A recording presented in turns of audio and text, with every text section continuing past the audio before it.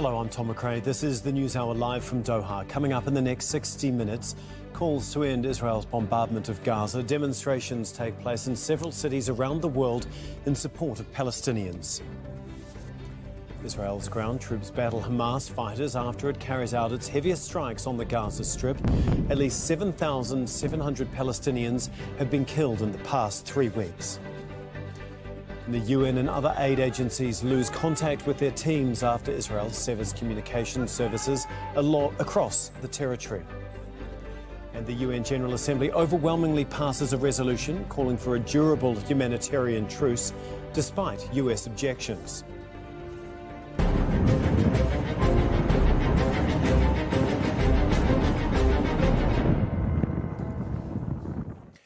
It's just past 13 GMT, 3 p.m. in Gaza, where Palestinians are desperately trying to find safety and shelter after a night of the most intense bombardment by Israel since the war began. At least 7,700 Palestinians are now known to have been killed. Nearly 20,000 have been injured. Well, as chaos grips Gaza, around the world we're seeing huge displays of outrage and anger. Thousands of people are taking part in Palestinian solidarity rallies from the streets of Ramallah and Baghdad to London and Istanbul. And that is where we find Osama bin Javed, who joins us now live. And Osama, Erdogan's been very forceful in his comments over the last couple of weeks against Israel. What has he said now? Will you see his latest tweet before arriving here at this rally, where he calls Israel to stop its attacks, calls it madness, and says that this latest onslaught shows that more and more civilians, innocent women and children, are being killed. What Erdogan is doing, he's echoing what he's hearing from the streets across Turkey. As you saw those images start arriving from Gaza last night, where the whole region went into darkness, communications were cut off. Thousands of people across Turkey in various cities came out in their numbers. The biggest protest was outside the Israeli consulate in Istanbul, where people were chanting slogans in favor of Hamas, in favor of Palestinian resistance, chanting slogans against Israel, and also angry at their own government for not doing enough, according to them, to stop the violence. This is something that we've heard from across the region in the Middle East, as well as Muslim-majority countries from Pakistan to Turkey to Jordan and everywhere else, where people are calling for their representatives to do more, to act. We heard Friday sermons where imams called on people to boycott Israel. And one member from the ruling coalition's alliance here in Turkey has said that there needs to be a peacekeeping force being sent by Muslim-majority countries. Again, I mean, proposals coming out from the street towards their leaders, where people want to see action, people want the violence to stop, and that you see in hardening stance from Jordan to Turkey, as people who were seen just a few months ago being close to Israel, being trying to find some sort of a rapprochement between Israelis and Palestinians, are now distancing themselves from Israel and calling on the violence to end immediately. Osama, you touched on it a little bit there, but how important are Erdogan's words as far as Israel is concerned? I mean, do they add any pressure? Well, you see, the statements that you've been hearing from Qatar, from Jordan, from Saudi Arabia, from Egypt, come from the region. But this particular stance coming from Recep Tayyip Erdogan, especially how it's changed in the last 2 weeks, becoming harder and harder in every statement that he makes, is coming from a NATO member. It's coming from the alliance which squarely stands behind Israel. So it is significant because it shows that as you hear more voices from Europe distancing itself from an all-out blanket support for Israel, Erdogan has come out and said, it called it madness, called Hamas a freedom-fighting force. He's stood behind the people of Palestine rather than the other side, as you're seeing in the West. And that is something that is being called out on the streets in Muslim-majority countries, where people say that it is Western powers who are complicit in backing Israel on the slaughter of Palestinians, as we've heard from protesters.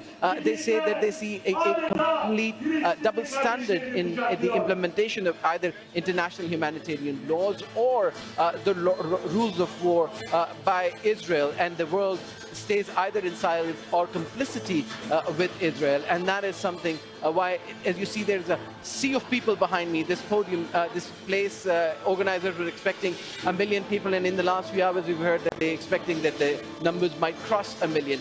And numbers, a show of force, which you're seeing not just here in Istanbul, but across the region, where people are angry, the region is seething, and that is being reflected in the statements coming from their leaders. OK, thanks so much, Osama. That's Osama bin Javed for us in Istanbul. Well, thousands of people are marching in London to show their support for Palestine. They are calling for an end to the bombardment of Gaza, as well as Israel's occupation of Palestinian territories. The protesters also want Western countries to stop arming Israel. Similar rallies are expected in cities right across the UK, including Manchester and Glasgow. Niamh Barker joins us from London with much more on this. And Niamh, we are looking at some remarkable pictures here. Tens and tens of thousands of people taken to the streets of London. Just how large is it, and what is the atmosphere like there? Yeah, it's by far one of the biggest protests I've ever seen in the British capital. And let's not forget, this is the third weekend in a row, and it seems to be getting bigger and bigger. No clear idea on the figures, but as you mentioned there, some of the aerial pictures that we've been seeing suggest that the crowds are massive. I'm literally under the shadow of Big Ben. There's a sea of Palestinian flags all the way across Westminster Bridge. People are now congregating in Parliament Square for a rally. Such is the strength of anger, frustration, a lot of it directed at the leading politicians of the country, not only the Prime Minister Rishi Sunak, but the leader of the opposition Labour Party, Sir Keir Starmer. Anger largely that the leading politicians are not pushing for a ceasefire, that are simply backing this humanitarian truce, that many, of course, say simply does not go far enough, quickly enough, given the atrocities people here in the UK and other cities across Europe and countries across Europe are seeing on a nightly basis on their television screens. The strength of feeling, as I said, is immense. Niamh, protesters also want Western countries to stop arming Israel. Is that right? Yeah, that is one of the key demands. That was a demand that was included in a really important legal letter, an open letter tabled by more than 250 of the country's leading legal professionals. We're talking about senior law professors at universities. We're talking about King's counsellors, so senior judges. In that letter, there were three main points. The first was for the British government, other European governments to stop arming Israel, for Britain to avoid incriminating itself, avoid breaching the Geneva Convention by aiding and abetting a country that the lawyers insist is breaching humanitarian now on a daily basis in this bombardment of Gaza and the occupation of the West Bank. And the thirdly is to push for a ceasefire. But at the moment, what appears to be the case is that British foreign policy is firmly at odds with the public sentiment that we're seeing here on the streets of London. And what sort of pressure does a rally of this size put on the government to actually reconsider its support for Israel?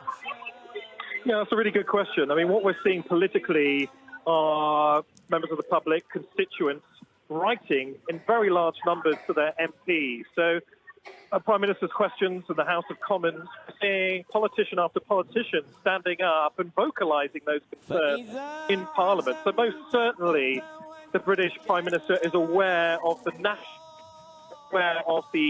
complications of simply viewing this as a white conflict. But I was over in The Hague earlier on in the week, and I spoke to Palestinian Foreign Minister Riyad Maliki, who said he understood the British sentiment, given that that Britain had lost lives in the Hamas assault at the beginning of the month. But he said this is a much wider context, there's a much wider conflict, and given the